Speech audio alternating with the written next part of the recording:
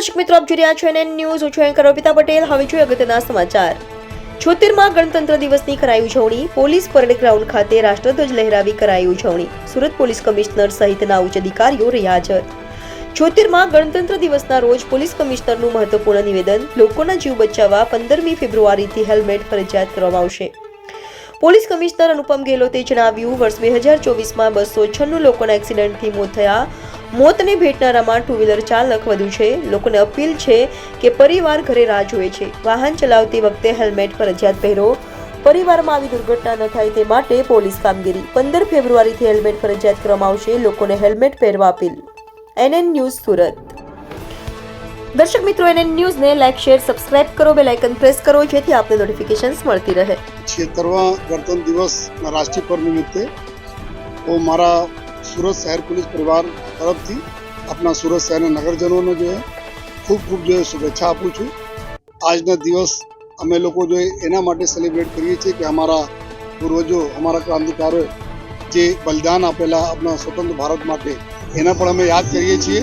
અને સાથોસાથ આજના દિવસ ઉપર જ્યારે સુરત શહેર છેલ્લા એક વર્ષમાં આપણે પ્રજાજનોના ખૂબ સલામતી માટે ખૂબ જ મહેનત કરી છે.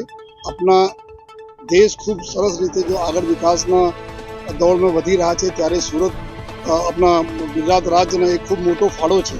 અને આમાં જો સુરત શહેરનો જો ખૂબ એક મોટો ફાળો છે ગુજરાત રાજ્યના વિકાસમાં.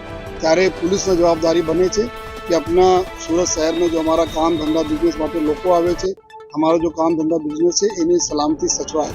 એના માટે જો સમગ્ર વર્ષ અમે લોકો જો સાયબર ક્રાઇમ ઉપર જોઈએ, ડ્રગ્સ ઉપર જોઈએ, ટ્રાફિક ઉપર જોઈએ, કાયદાનો વ્યવસ્થા જાળવવા માટે ખૂબ સરસ કામગીરી અમારા લોકરક્ષકથી લઈને સિનિયર અધિકારીઓ કરી છે.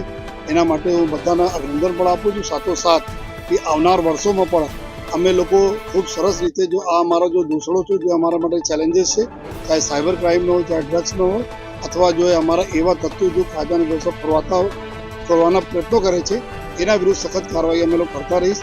રોડ ઉપર અમે લોકો જોયા કે ગયા 2024ના વર્ષમાં 296 લોકોના ડેથ થયા રોડ ઉપર.